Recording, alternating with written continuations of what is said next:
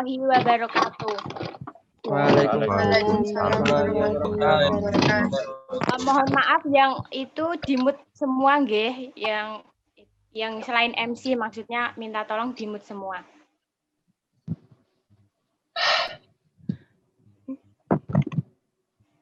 Alhamdulillahirabbil alamin wa bihi nasta'in wa ala alihi wa sahbihi ajma'in amma ba'du.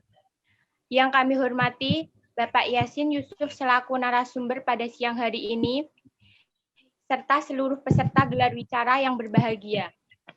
Puji syukur kita panjatkan kehadirat Allah Subhanahu wa taala yang telah memberikan kesempatan kepada kita sehingga kita dapat menghadiri acara gelar wicara ini. Dengan tema Teater Masa Kini.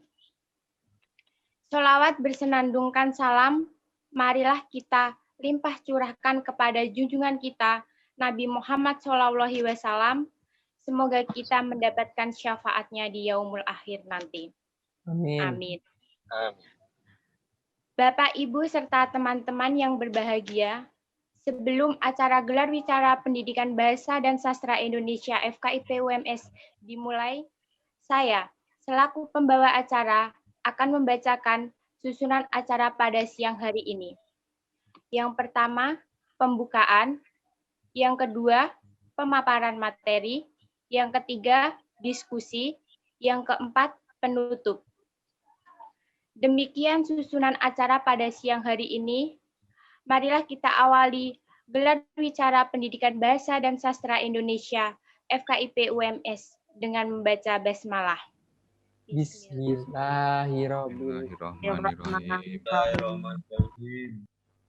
Acara selanjutnya adalah pemaparan materi teater masa kini oleh Bapak Yasin Yusuf yang akan dipandu oleh moderator. Sebelumnya, saya akan membacakan kurikulum vitae dari moderator.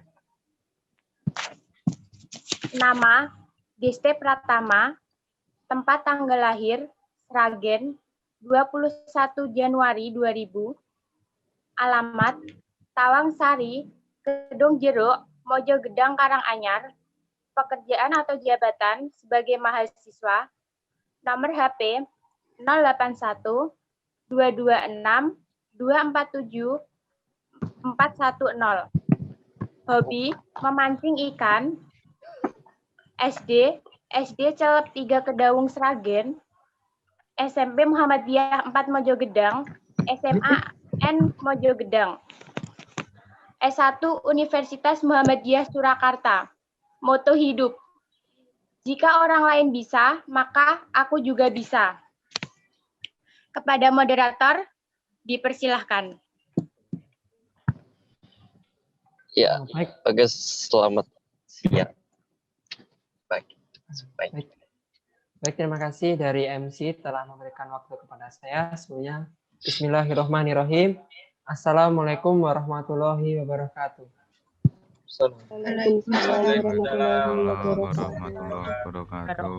Pertama-tama marilah kita panjatkan puji dan puja syukur kehadirat Allah SWT yang telah menambahkan rahmat-Nya sehingga kita bisa mengikuti webinar pada siang hari ini dengan tema teater masa kini. Yang kedua, sholawat serta salam kita haturkan kepada junjungan kita Nabi Agung, Nabi besar Muhammad SAW. Selanjutnya saya di sini Desta Pratama selaku moderator akan membacakan kurikulum vitae dari pemateri. Nama, Bapak Yasin Yusuf.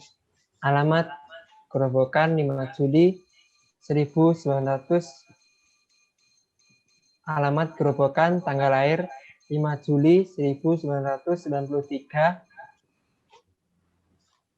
Sekilas tentang Bapak Yasin, mengenal dunia kesenian semenjak sekolah dasar. Berawal dari belajar alat musik gitar, lalu mulai mencintai dan mempelajari dunia seni lainnya. Selalu belajar dan berproses kreatif untuk menciptakan sebuah karya yang mempunyai pesan moral dan nilai-nilai kehidupan. Dan teater adalah suatu wadah bersatunya beberapa cabang kesenian yang dimana setiap karyanya adalah panggung untuk berdakwah. Pengalaman berkesenian teater 1. aktor dalam naskah titik hitam karya Nasyah Jamin tahun 2012. Kedua, aktor dalam naskah Dia Yang Kunanti karya Bambang Sugiarto tahun 2014. Ketiga, aktor dalam naskah Kamit Gusmel Riyad tahun 2015. Film yang pertama, aktor dalam film web series Pemuda Harapan Bangsa 2017, sutradara Jihan Angga. 2. Aktor dalam film Bocah Angon 2018, sutradara R. Jiwo Kusumo. 3. Pulang 2018, sutradara Agus Maki. Musik kelas drama. 1. Naskah Obro Owok Brek kelas 5D PBSI 2014. Naskah Maaf kelas 5A PBSI tahun 2015. 3. Naskah Jengmenul kelas 5E PBSI 16.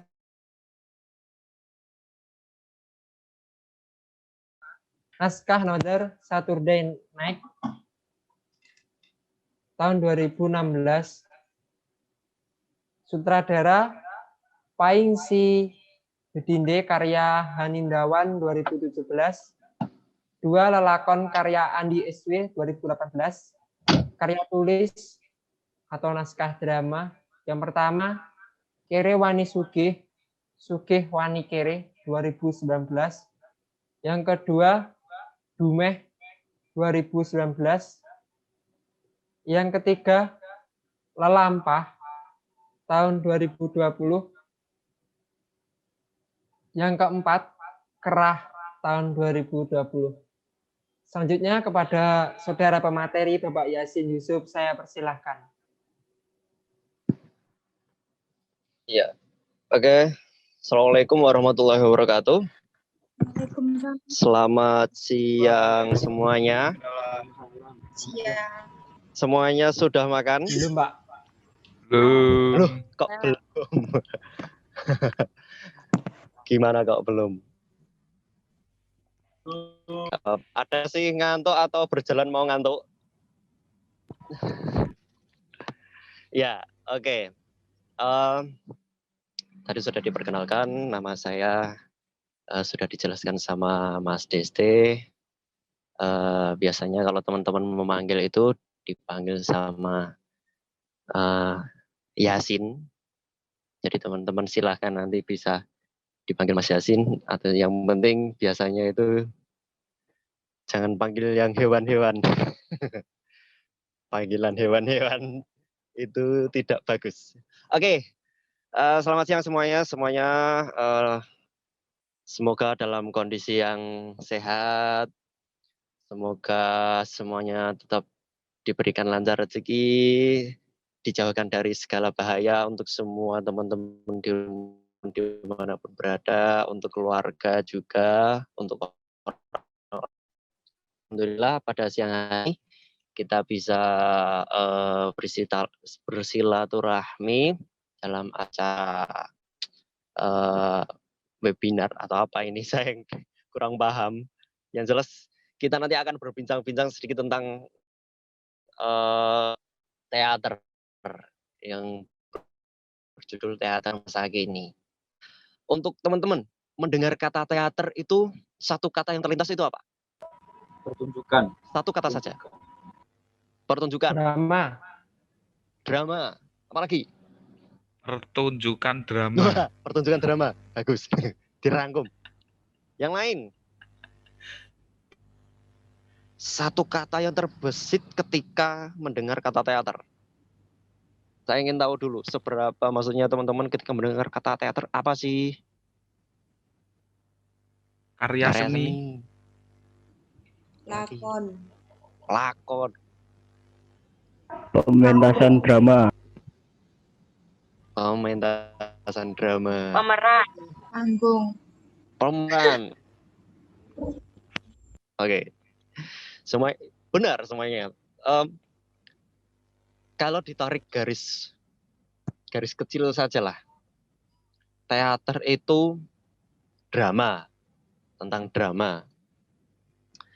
Nah, kalau ditarik lagi, semakin mengecil lagi, teater itu tentang dunia acting, tentang dunia pertunjukan, kan seperti itu. Nah, untuk teater sendiri itu sudah ada, memang sudah sejak dahulu kala, memang sudah sejak lama. Jadi kalau dulu itu memang kalau kata teater itu mengacu pada sebuah tempat pertunjukan. Jadi sebuah tempat di mana di situ ada pementasan, itu disebut teater. Lalu kita tidak usah terlalu membahas makna secara harfiah atau apa tentang teater. Kita akan lebih berbicara lebih apa ya? Lebih umumnya dan lebih mudah untuk kita memahami. Saya menjelaskan dulu. Teater itu kalau sama drama itu sama enggak?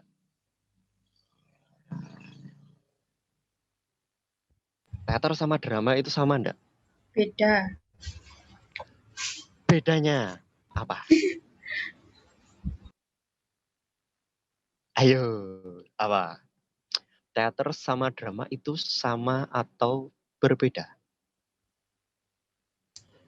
Kalau Teater drama itu seperti apa sih? drama. Sepengetahuannya Naskahnya aja. sedikit. Naskahnya sedikit. Iya. Kalau teater, naskahnya banyak. Naskahnya banyak. Kalau teater sama drama itu secara garis lurus sama. Cuman ada perbedaannya. Perbedaannya adalah kalau teater itu memuat komponen yang lebih banyak. Jadi komponen-komponen dalam dunia teater itu lebih banyak. Bisa mungkin disebut drama, mungkin skupnya lebih di bawahnya teater. Jadi seperti itu. Kalau teater sendiri, kalau dalam pementasan itu banyak sekali mementaskan jenis-jenis pentas yang bermacam-macam. Ada yang namanya ada realis, pementasan yang realis, ada yang absurd, ada yang surrealis. Sementara itu dulu. Jadi kita akan lebih membahas hal-hal yang lebih bersifat umum, tapi teman-teman setidaknya bisa benar-benar memahami. Kalau pementasan realis, itu kita membawakan sebuah naskah yang bercerita tentang kehidupan benar-benar sehari-hari. Naskah realis. Jadi kita mementaskan misalnya ada kisah tentang permasalahan rumah tangga, tentang percintaan, terus tentang untuk orang-orang kehidupan orang-orang pinggiran, seperti itu naskah-naskah realis. Jadi mementaskan apa yang benar-benar terjadi di kehidupan nyata. Mementaskan seperti di kehidupan nyata. Dan itu tingkatan pementasan yang paling susah kalau dalam dunia teater. Jadi sebenarnya kalau dilihat dalam pementasannya, naskah realis itu gampang, ini seperti kehidupan kita sehari-hari. Salah. Jadi kalau realis itu kekuatannya adalah kita harus benar-benar mementaskan, menyajikan yang benar-benar nyata. Seperti kehidupan sehari-hari. Misal, ada acting menangis, ada acting marah, ada acting tertawa. Teman-teman bisa lihat gak sih maksudnya ketika ada orang yang berakting, menangis misal, tapi nggak nyata, nggak seperti orang menangis pada kehidupan nyata. Aneh nggak sih? Kelihatan aneh gitu loh. Misalnya orang menangis tapi nggak kelihatan seperti dibuat-buat. Nah, itu yang tingkatan paling susah ketika kita mementaskan naskah yang bertipikal realis. Jadi, kalau misalnya kita mementaskan naskah yang bergenre realis, kita harus benar-benar apa ya? kita cari informasinya, penelitiannya kita juga harus detail. Orang menangis itu seperti apa? Misal kita acting menangis. Menangis itu seperti apa? Tarikan matanya orang menangis itu seperti apa? Garis bibir orang menangis itu seperti apa? Kita harus benar-benar mengamati dengan detail. Biar tidak kelihatan kok wagu yo nangisnya, kok aneh yo. Nah, seperti itu. Tertawa juga pun sama. Ketika kita tertawa, kalau misalnya dibuat-buat, itu juga kelihatan aneh. Biasanya di naskah ditulis hahaha. Kita juga bawainnya hahaha. Jadi kelihatan aneh. Jadi kalau misalnya tertawa benar-benar mencari tertawa yang benar-benar kelihatan nyata. Jadi bukan cuma sekedar ada loh beberapa pementasan orang yang apa di naskah itu tulisannya hahaha, dia juga hahaha. Jadi kelihatan aneh dan penonton melihatnya juga aneh. Nah, itu sebuah tantangan tersendiri ketika kita menyajikan sebuah pementasan realis. Jadi semuanya harus benar-benar nyata. Terus lalu ada naskah tipikal absurd. Absurd itu mungkin teman-teman juga sudah paham arti absurd itu seperti apa. Yang jelas kalau naskah absurd itu kalau bahasa saya itu adalah pementasan yang sangat susah. Susahnya adalah ketika kita misalnya sebagai seorang sutradara mengerjakan naskah absurd. Itu tingkat kesulitannya itu adalah kita membuat sebuah pementasan yang di luar nalar. Jadi absurd itu memang tidak realis. Dan bagaimana penonton itu ketika kita membuat sebuah pementasan yang tidak nalar, tapi penonton itu bisa mendapatkan sesuatu apa yang kita sajikan.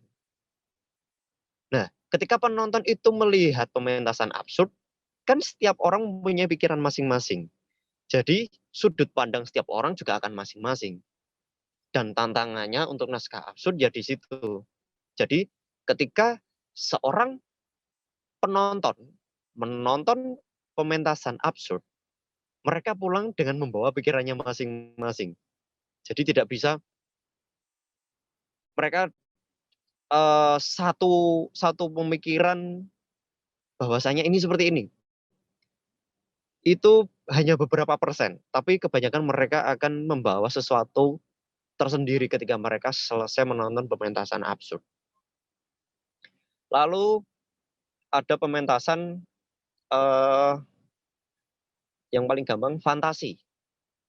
Kalau naskah fantasi, teman-teman pasti juga sudah paham. Kalau naskah fantasi itu hewan kita berperan sebagai monyet, berperan sebagai singa, misalnya kehidupan di rimba itu ada sebuah naskah namanya The Sound of Rimbayana. Jadi memang bercerita tentang kehidupan di dunia rimba. Sama saja mungkin teman-teman mungkin pernah menonton film Lion King, tidak jauh beda dengan film Lion King yang bercerita tentang dunia rimba. Tapi pemerannya adalah seorang manusia. Dan di situ semuanya, di situ naskah-naskah fantasi dengan menggunakan make up dan tata busana fantasi. Itu beberapa hal saja yang apa ya, yang biasanya dalam dunia teater dipentaskan itu tidak jauh dari ketiga naskah itu. Mungkin secara kemasannya mungkin bisa dikemas masing-masing. Cuman secara apa ya? Secara keseluruhan genre naskah yang dipakai adalah genre-genre yang seperti itu. Terus kalau misalnya kita menonton teater itu kita tidak bisa lepas dari kata tradisi. Yang namanya teater pasti erat dengan kaitannya dengan tradisi atau misalnya zaman dahulu gitu. Jadi memang ketika teater terbentuk itu memang mereka juga mementaskan sesuatu yang terjadi pada cerita-cerita saat dahulu. Misal wayang orang, ketoprak, ludruk itu juga bagian dari teater. Cuman bedanya adalah garis cerita mereka itu membawa garis cerita tentang lebih detailnya tentang yang lebih tradisi banget. Ada yang pementasan sekarang memakai naskah tradisi, cuman secara kemasan berbeda. Jadi misal kita akan membawakan naskah tentang perang Baratayuda.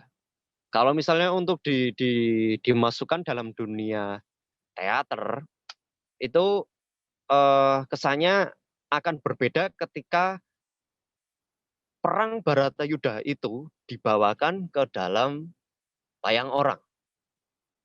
Jadi kesannya akan berbeda. Jadi misalnya sama-sama tentang berakting, sama-sama tentang drama, sama-sama tentang lingkup teater.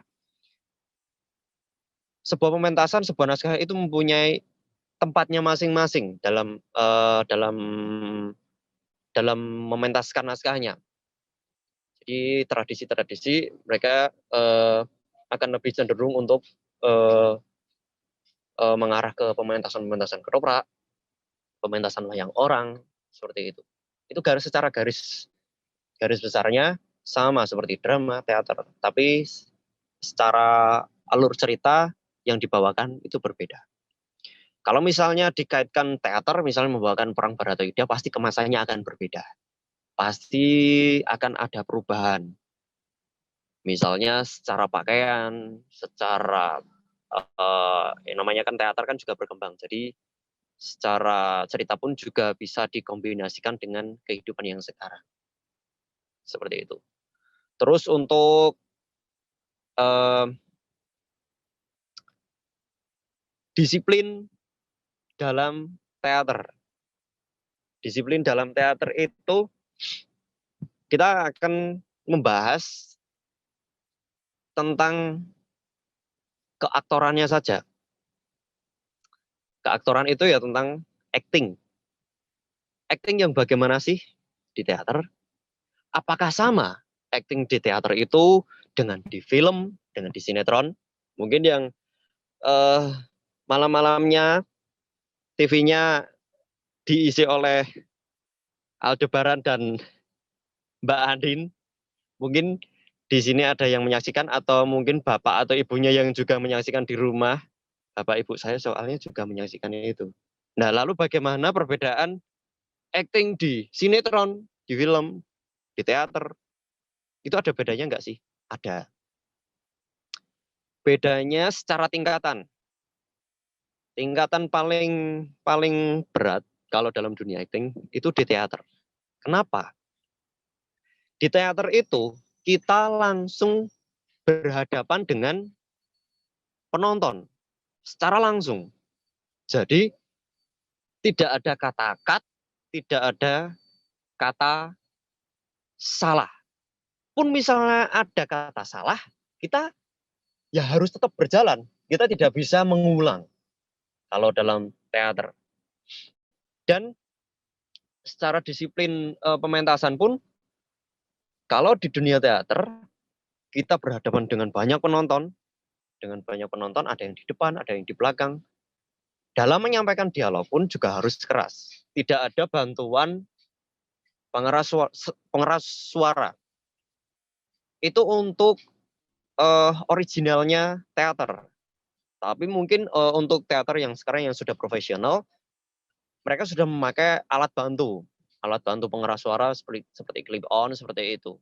Itu untuk teater yang profesional yang istilahnya sudah ada misi tersendiri kenapa mereka harus memakai clip on dan mereka harus memakai alat bantu seperti itu. Tapi kalau untuk originalnya tentang teater itu tanpa pengeras suara. Jadi memang harus benar-benar suara asli yang keluar dari dalam tubuh kita. Jadi sebegitu banyak penonton, jadi penonton yang paling belakang pun juga harus mendengarkan dialog yang kita sampaikan. Kalau misalnya kita suaranya lirih, akan sangat percuma. Jadi penonton yang di belakang tidak mendapatkan pesan dari dialog yang kita sampaikan.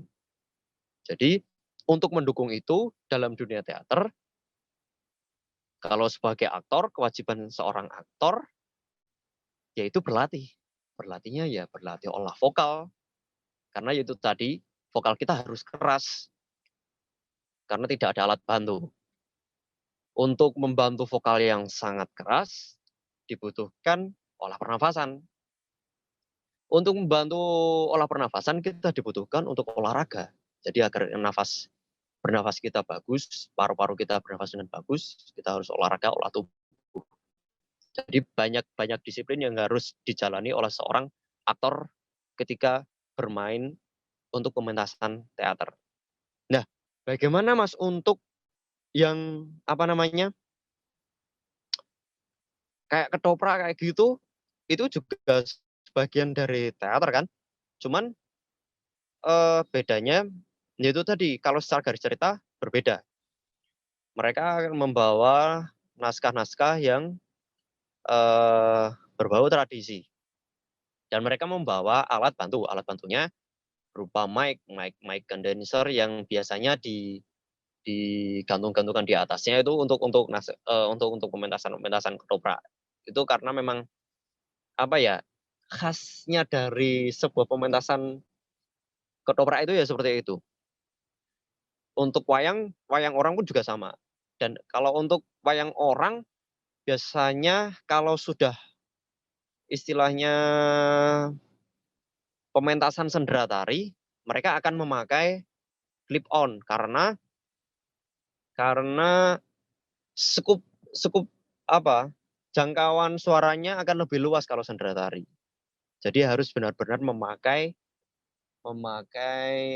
alat bantu untuk pengeras suara. Itu pakai clip on, jadi satu-satu nanti memakai clip on jadi suaranya jelas. Nah, itu untuk acting di dalam dunia teater, di dalam pementasan. Tidak ada cut, tidak ada alat bantu, tidak ada alat bantu pengeras. Dan bedanya untuk dunia film, mereka ada alat bantu pengeras karena memang untuk kebutuhan audio. Audio juga mereka diolah. Jadi ketika berdialog di film, tidak perlu keras-keras. Jadi untuk secara disiplin menjadi aktornya berbeda. Disiplin menjadi seorang aktornya berbeda dengan teater kalau dalam dunia film. Karena mereka bersuara lirih pun semuanya sudah terdengar karena ada alat bantu. Gitu. Dan kalau di film itu ada cut. Jadi kalau misalnya ada kesalahan, ya tetap ada pengulangan gitu. Misalnya ada adegan sedih, seorang pemain tidak bisa menyampaikan misi dari dialognya dengan bagus. Itu bisa di-cut dari sutradara untuk mengulanginya lagi. Tapi untuk teater nggak ada kata cut. Jadi ketika misalnya kita menyampaikan dialog yang sedih, ya kita harus tetap bagaimana kita untuk bisa menjalankan cerita tersebut sampai selesai. Kita harus benar-benar nge-push diri kita untuk bisa menjelaskan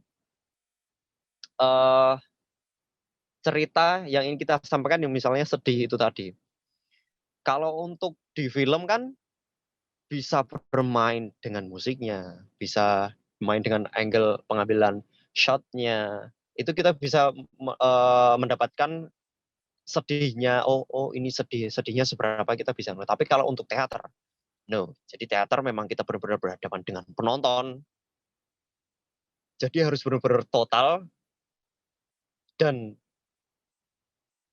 tidak ada angle kamera yang untuk menjelaskan bahwasanya ini sedihnya seberapa. Jadi benar-benar saat itu juga harus benar-benar menjelaskan. Kuncinya untuk bisa seperti itu ya dengan latihan, beberapa latihan disiplin latihan menjadi seorang aktor teater.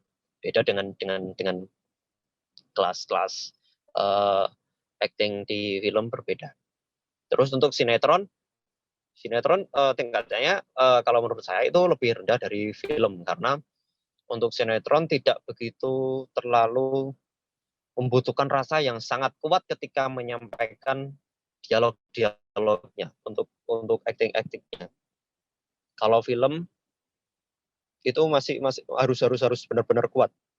Jadi ada seorang pemain film, dia juga seorang sebelumnya pemain teater, yaitu Bang Rifnu Wikana. Teguh Rifnu Wikana, teman-teman tahu? Yang dulu bermain film Jokowi, Merah Putih, banyak terus Naik Bus, yang menjadi produser dari film Naik Bus itu, dia juga dulunya seorang pegiat teater juga. Dia satu waktu ketika ingin take satu adegan, dia minta waktu sama sutradara, Pak sutradara, saya izin waktu 5 menit untuk saya bisa mendalami peran ini. Saya dipersilakan. Dia meditasi selama 5 menit, ada sarung itu ditutupkan di kepalanya, dia bermeditasi, setelah itu sarungnya dibuka, dia langsung ke lokasi syutingnya. Ketika dia main benar-benar itu semuanya bagus, real, dan tidak dibuat-buat. Itu pentingnya meditasi. Dan akan lebih susah lagi kalau kita di dunia teater. Di dunia teater tidak ada cut untuk misalnya kita rasanya kurang seperti itu, tidak ada cut untuk kita membangun rasa. Jadi memang benar-benar membangun rasanya harus benar-benar dari awal. Kuncinya dengan latihan yang sangat giat. Itu mungkin perbedaan tentang ya. Izin mengingatkan bahwa waktu untuk pemaparan materi tinggal 5 menit, Pak. Terima kasih. Oke, siap, makasih. Ya, itu tadi tentang seluk-beluk tentang acting di dunia teater dan teater film itu yang benar-benar membedakan itu teater actingnya seperti apa. Ya, secara disiplin, keilmuan dan materi latihannya. Terus lalu beda teater lagi, teater itu membutuhkan kru-kru yang sangat banyak, dari kru musik, tim tata artistik, semuanya itu harus membedah naskah, semuanya harus paham. Jadi misalnya kamu seorang pemusik, di situ semuanya juga harus membedah naskah dengan sangat dalam. Jadi misalnya ada adegan sedih tadi, itu sedihnya seberapa, kamu juga harus memberikan ilustrasi musik yang benar-benar sedih juga.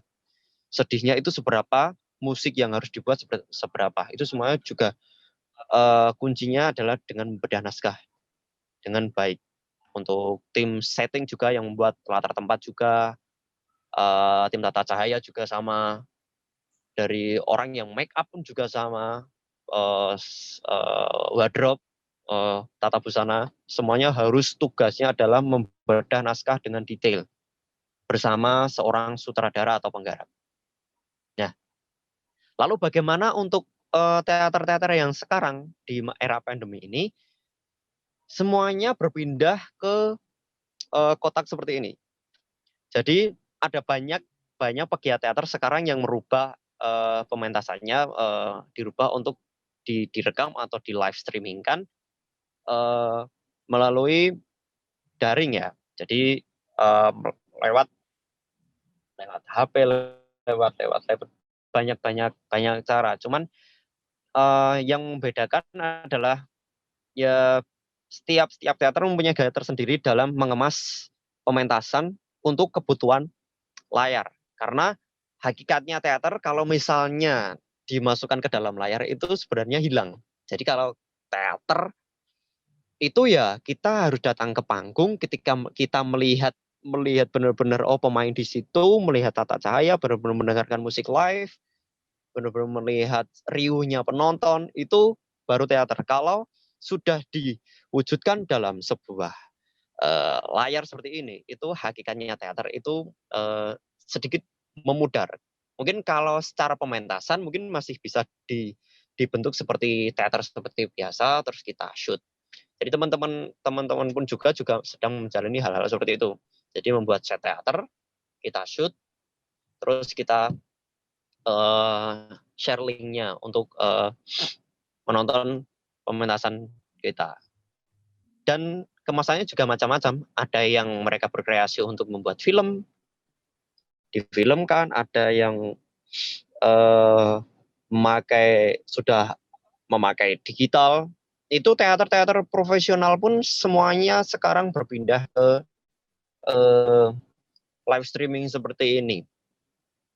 Jadi sebenarnya ini sebagai sekedar opsi lah untuk mengobati kangen atau ingin proses atau ingin tetap produktif untuk sebagai pegiat-pegiat teater. Jadi semuanya sekarang berpindah ke ketika ingin mengadakan pementasan, kita set panggungnya seperti biasa, lalu di situ ada kamera. Ada juga yang memakai bantuan clip-on, ada yang tidak. Jadi benar-benar memakai suara asli dari mereka. Salah satunya mungkin teman-teman nanti bisa buka, itu salah satu channel namanya Payung Bunder, itu Sanggar Kemasan di daerah mana lupa aku. Ini pokoknya sekitar daerah pasar desa, itu sanggarnya daerah sana. Itu mereka masih giat update terus tentang pementasan mereka. Dibuka channel Payung Bunder. Itu kalau misalnya teman-teman pengen melihat pementasan teater masa kini itu seperti apa. Itu dulu. Sudah? Mungkin ada yang ditanyakan? Baik, terima kasih. Itu tadi penjelasan yang sangat luar biasa dari Bapak Yasin. Selanjutnya, sesi selanjutnya adalah sesi tanya jawab. Nanti saya akan membagi dalam kedua sesi. Sesi yang pertama akan ada 2 penanya, kemudian nanti disambung 2 jawaban dari Pak Yasin, kemudian sesi kedua juga ada 2 penanya dan 2 jawaban seperti itu. Selanjutnya, kepada teman-teman yang ingin bertanya, saya persilahkan. Ya. Saya mau bertanya. Siap, saya mau menjawab. Perkenalkan, nama saya Yesi Widi Asita. Yang mau saya tanyakan, bagaimana cara menumbuhkan sikap percaya diri dalam memainkan peran di dunia teater agar sesuai dengan karakter yang diinginkan? Terima kasih. Ya. Ini langsung dijawab atau ada pertanyaan lagi? Selanjutnya pertanyaan yang kedua. Baik, perkenalkan nama saya Dwi Stioneng Tias. Di sini saya akan bertanya mengenai apakah ada perbedaan unsur antara teater masa kini dengan teater masa lalu. Terima kasih. Ya. Oke. Saya jawab pertanyaan yang pertama dulu, bagaimana kita bisa membangun kepercayaan diri ketika dalam memainkan sebuah peran untuk di naskah agar sesuai seperti apa yang diinginkan dari naskah tersebut. Kuncinya adalah 1, gimana ya? Banyak orang yang ketika masuk teater itu sebenarnya mereka itu pemalu. Ada yang pemalu, ada yang urat malunya juga udah putus. Jadi bermacam-macam. Misi ketika mereka bergabung di teater itu macam-macam. Ada yang benar-benar misalnya mereka malu. Itu bagaimana ketika mereka bermain, yang diajar dulu adalah kita benar-benar pertama kali yang dilakukan adalah membimbing mentalnya terlebih dahulu. Membimbing mentalnya sebelum mereka untuk menuju ke perannya. Jadi banyak hal yang bisa dilakukan untuk membimbing mentalnya. Salah satunya paling gampang adalah menceritakan kegiatannya sehari-hari, setiap hari. Dari mulai bangun sampai kegiatan hari itu bertemu. Jadi benar-benar menceritakan semuanya tanpa canggung, tanpa ada rasa takut atau tanpa ada rasa apapun. Jadi misalnya ada rasa takut salah atau gimana, cukup bercerita saja. Itu secara otomatis nanti akan merubah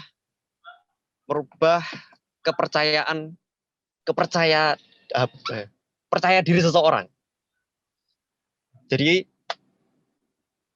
kita berjumpa dengan misalnya sutradara atau ketika pas kita latihan itu kita mengasah mental kita seperti itu dahulu.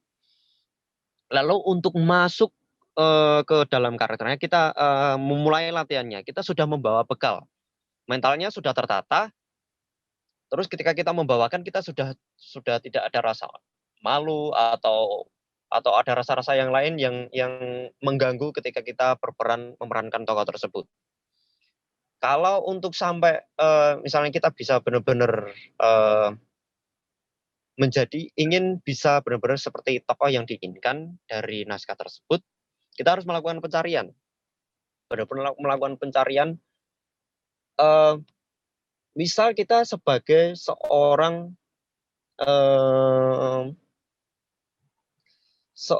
istri yang mempunyai suami sakit stroke. Misal, kita menjadi seorang istri yang mempunyai seorang suami yang sakit stroke. Itu kita cuma tidak sekedar mengamati polanya, emosinya, tapi kita juga harus memahami benar-benar sakit stroke itu seperti apa, penyebabnya itu seperti apa. Terus psikisnya orang yang mempunyai stroke dan orang yang di sekitarnya yang terdampak ketika di situ ada orang stroke itu seperti apa. Terus sampai masyarakat, sampai ke ranahnya masyarakat pun juga harus diketahui. Jadi secara psikisnya itu seperti apa. Jadi psikis itu nanti akan berpengaruh ketika kita memerankan tokoh yang ada di situ. Misalnya kita menjadi seorang istri, aku mempunyai istri, mempunyai suami yang seperti itu, tidak bisa ngapa-ngapain, keuangan juga mulai hancur dan masyarakat seperti ini, semuanya itu dicari tahu untuk membangun psikis kita. Jadi mindset dari dalam pikir kita untuk mencapai tokoh yang diinginkan. Untuk pertanyaan selanjutnya, perbedaan antara teater dulu dengan masa kini. Yang jelas teater itu berkembang mengikuti zaman.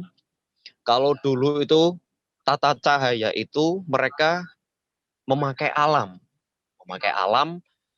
cahaya alam, cahaya rembulan, cahaya matahari. Lalu sudah mengenal ada api itu dibuat untuk tata cahaya. Jadi tahu lampu tinder tahu? Itu dulu itu juga menjadi salah satu tata cahaya dalam sebuah pementasan. Kalau sekarang sudah ada lampu dan yang lain-lain, lampu pun juga berkembang. Penata cahayaan lampu itu juga berkembang dari mulai lampu yang klasik itu memakai pementasan itu memakai kaleng-kaleng, terus dalamnya ada lampunya, sampai ada lampu yang benar-benar profesional, pakai lampu parlet yang warnanya benar-benar lebih solid, lebih tajam dan lebih mendukung suasana juga. Ada banyak lampu yang mendukung suasana juga. Terus untuk alat-alat musik juga sekarang juga berkembang, ada sound dan yang lain-lain. Itu semuanya berbeda dan semuanya itu berkembang mengikuti zaman. Ada yang masih bertahan dengan originalnya teater pada saat itu, mereka walaupun ada di zaman sekarang tapi mereka masih memakai original, memakai lampu tinder seperti itu masih ada dan tidak termakan zaman, tidak berubah oleh zaman, itu masih ada yang mempertahankan seperti itu. Dan ada yang benar-benar mengikuti karena memang teater itu memang mengikuti pasar juga. Pasarnya orang-orang sekarang itu seperti apa, mereka juga mengikuti. Seperti itu. Baik, itu tadi jawaban dari Pak Yasin. Selanjutnya dari Saudari Yesi dan Saudari Dwi mungkin ada feedback mengenai jawaban dari Pak Yasin. Tidak, sudah. Terima kasih, Pak. Baik, Jangan dari tidak. Nanti ngobrol di lain waktu lagi. Siap. Nah, lanjut ke sesi yang kedua. Ada teman-teman yang ingin bertanya, saya persilahkan. Saya ingin bertanya. Siapa tadi? Maaf. Saya Anissa Setiani. Baik, silakan Saudari Anissa Setiani. Saya Anissa Setiani ingin bertanya bagaimana cara memerankan karakter pada naskah drama surrealisme. Terima kasih. Naskah drama apa, Mbak? Surrealisme. Pluralisme. Iya. Surrealisme. Oh, surrealisme. Surrealisme. Oh, iya. Oke. Siap. Baik, selanjutnya pertanyaan yang kedua. Silahkan kepada teman-teman yang ingin bertanya. Oke. Perkenalkan, nama saya Alamsyah. Mohon maaf, Mas Alam, mungkin suaranya bisa diperkeras. Nama saya Alamsyah. Saya ingin bertanya, bagaimana sih Mas Yasin pertama bisa mengenal teater pertama kali?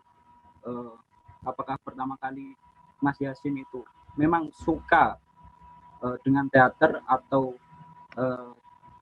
kecemplung terus terjebak dalam dunia teater tersebut? Terima kasih. Ya. Halo? Oke. Oke. Saya akan menjawab pertanyaan yang pertama tadi. Bagaimana kita berakting untuk naskah surrealisme? Untuk naskah surrealisme itu tiap orang mempunyai tafsirnya masing-masing. Jadi setiap orang tidak bisa mempunyai patokan-patokan tertentu. Jadi bisa tidak sama secara garis sudut pandangnya juga akan berbeda-beda. Yang kita harus garis bawahi itu dulu. Jadi kalau untuk memerankan surrealisme itu mereka lebih cenderung cenderung memberikan bukan memberikan pesan pada dialog. Banyak misi dari naskah-naskah surrealis itu tidak hanya pesan yang ingin disampaikan itu dari dialog saja, tidak. Ada yang dari settingnya juga, ada yang dari permainan, terus ada yang dari termasuk kostum juga, banyak hal terus gerak juga. Jadi tergantung seorang penggarap ingin menyampaikan misinya dari naskah itu dan menyampaikan pesannya itu seperti apa. Jadi berbeda-beda.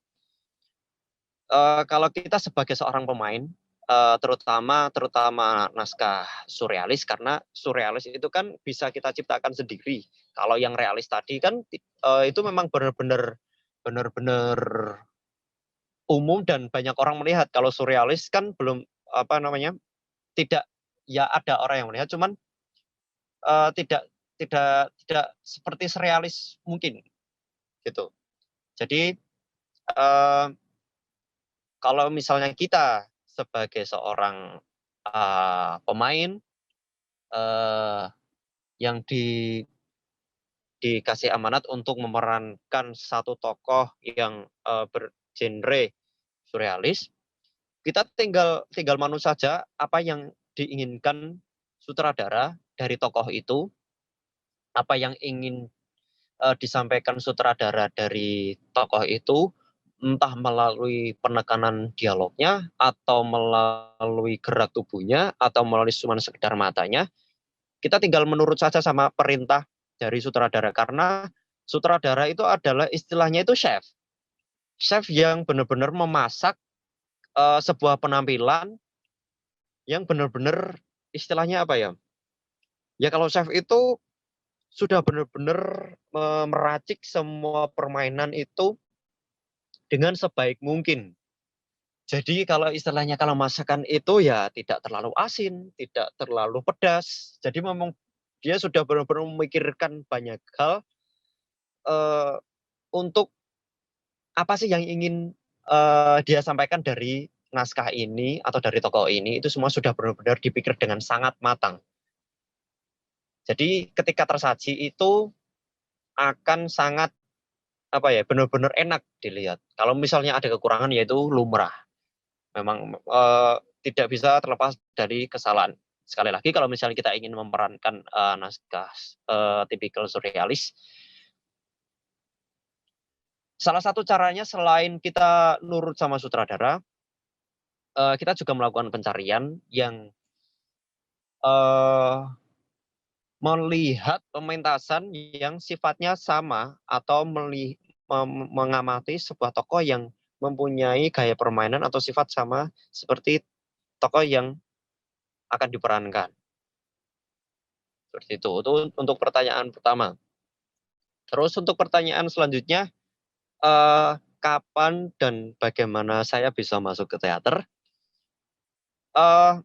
Sebenarnya saya adalah orang yang dilarang bergelut dalam dunia teater oleh orang tua saya. Dari dulu sampai sekarang. Sangat dilarang. Tetapi, saya dari kecil memang tertarik untuk dalam dunia kesenian. Pertama kali saya tertarik memang dunia musik. Sampai saat ini pun saya masih bergelut dalam dunia musik. Saya lebih cenderung ke dunia musik. Cuman ketika saya belajar di musik, saya ingin menciptakan sebuah nada. Ketika saya ingin menciptakan sebuah nada yang baru, di situ saya ada rasanya, saya ingin menciptakan sesuatu, menciptakan sebuah produk. Di situ timbul rasa apa ya? Saya mempunyai sebuah konsep yang harus saya tuangkan. Nah, pada saat itu saya waktu itu hanya bermain saja di teater. Ya cuman bermain, terus bermain gitar dan yang lain-lain. Cuman ketika saya di dunia teater, masuk di dunia teater, saya mendapatkan keilmuan yang di luar secara teoritisnya teater. Yaitu apa? Kalau secara umum ya, ngapain sih ikut teater? Kamu nggak mungkin jadi artis, kamu nggak mungkin jadi tata cahaya, kamu nggak mungkin jadi orang profesional inilah, itulah. Kita kan nggak mungkin akan seperti itu. Ada kemungkinan, cuman ya nggak tahu. Pasti kita akan ada rasa seperti itu. Tapi terlepas dari itu, keilmuan yang saya dapat dari teater itu adalah lebih ke rasa kemanusiaan saya terhadap sesama. Jadi berempati, karena di teater itu dilebihkan tentang semuanya itu harus memakai perasaan. Tidak cuma cinta saja, jadi semuanya harus memakai perasaan. Ketika kita make up, semuanya harus memakai perasaan. Ketika kita menata cahaya juga harus memakai perasaan. Bermain musik dengan memakai perasaan. Secara otomatis perasaan kita ketika diasah terus, rasa itu akan semakin, istilahnya apa ya, semakin sensitif melihat sekitar, tentang sebuah peristiwa, sensitif terhadap teman misalnya membutuhkan pertolongan dan yang lain. Lebih ke sifat itu sih yang buat saya tertarik untuk selalu bergabung di dunia teater, terlepas dari saya juga mencintai dunia kesenian dan selalu ingin berkarya.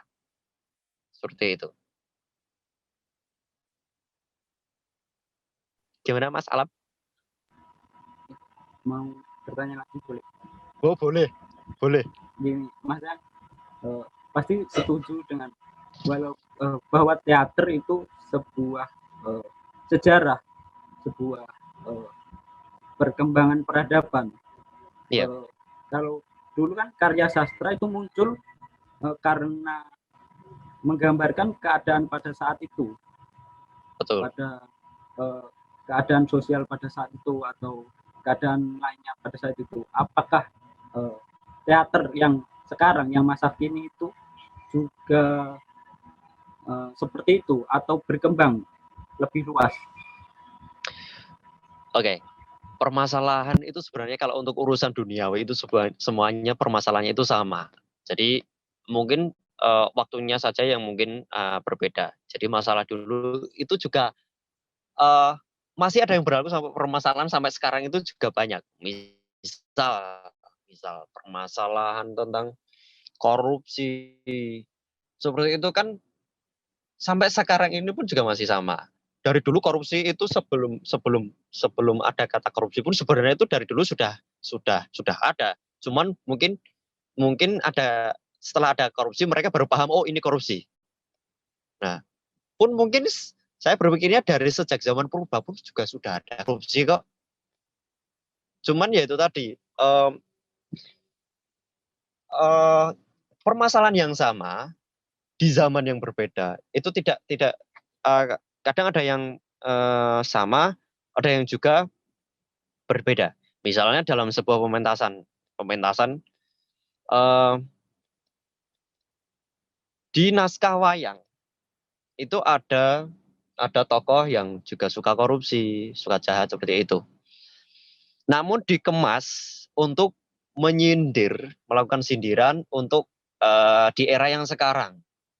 Jadi kemasannya itu berbeda. Ada salah satu naskah yang berjudul Semar Gugat. Semar Gugat itu karya dari Nano Rintiarno. Itu juga bercerita tentang Punokawan. Bercerita tentang Punokawan, cerita-cerita Punokawan. Tapi permasalahan yang dipakai itu yang pada saat dulu dan juga dengan saat ini itu sama. Jadi tinggal istilahnya ya? Mix and match dari permasalahan yang dulu kita kemas untuk menjinir permasalahan yang sekarang ditambah bumbu artistik. Yang jelas semuanya itu berkembang dan untuk permasalahan sebenarnya sama. Kalau misalnya urusan rumah tangga itu juga dari dulu juga sama. Urusan uang, urusan ekonomi sebenarnya mungkin secara tidak sadar itu sama. Cuman konteksnya yang akan berbeda yang dalam pembahasannya mungkin di dunia teater juga akan berbeda.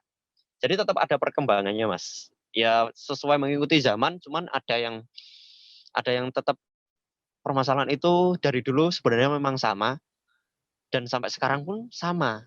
Jadi kalau misalnya dibawa ke atas panggung pun juga akan sama. Tinggal kita mengemas bumbunya aja mungkin yang bisa dipadu-padankan. Ada pertanyaan lagi? Tanya lagi, Mas. Mohon maaf Pak Yasin, ini karena waktunya sudah habis. Oh, aduh. Ya. Tadi pemaparan dari materi dari Pak Yasin. Ya. Saya akan membacakan kesimpulan dari diskusi pada siang hari ini. Yang pertama, teater, drama, dan film itu berbeda. Kemudian dalam teater itu ada komponen realis, absurd, serta surrealis. Kemudian teater memuat komponen lebih banyak. Dari 3 komponen tersebut masing-masing memiliki perbedaan. Tapi di antara teater, drama, dan film yang paling berat adalah teater karena harus berpandang langsung dengan penonton seperti itu. Ya, itu tadi pemaparan dari Pak Yasin. Kurang lebihnya saya sebagai moderator jika ada kekurangan mohon maaf. Sekian. Assalamualaikum warahmatullahi wabarakatuh. Selanjutnya saya kembalikan ke MC. Terima kasih kepada moderator yang telah memimpin acara pada siang hari ini. Demikian seluruh rangkaian acara yang telah kita laksanakan. Saya, selaku pembawa acara dan seluruh panitia penyelenggara, apabila ada sikap dan tutur kata yang kurang berkenan di hati hadirin sekalian, kami mohon maaf yang sebesar-besarnya. Marilah kita tutup acara pada siang hari ini dengan bacaan hamdalah.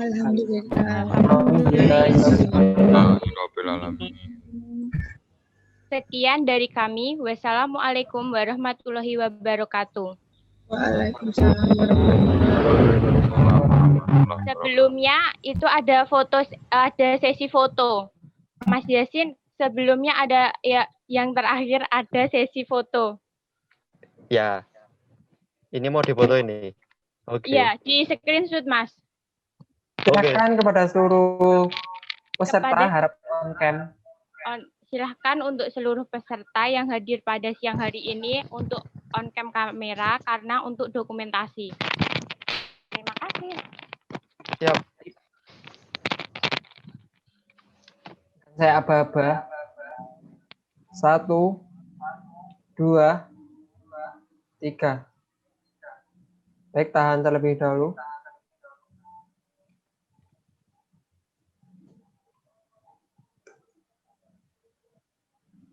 Slide yang kedua, pose senyum. 1, 2, 3.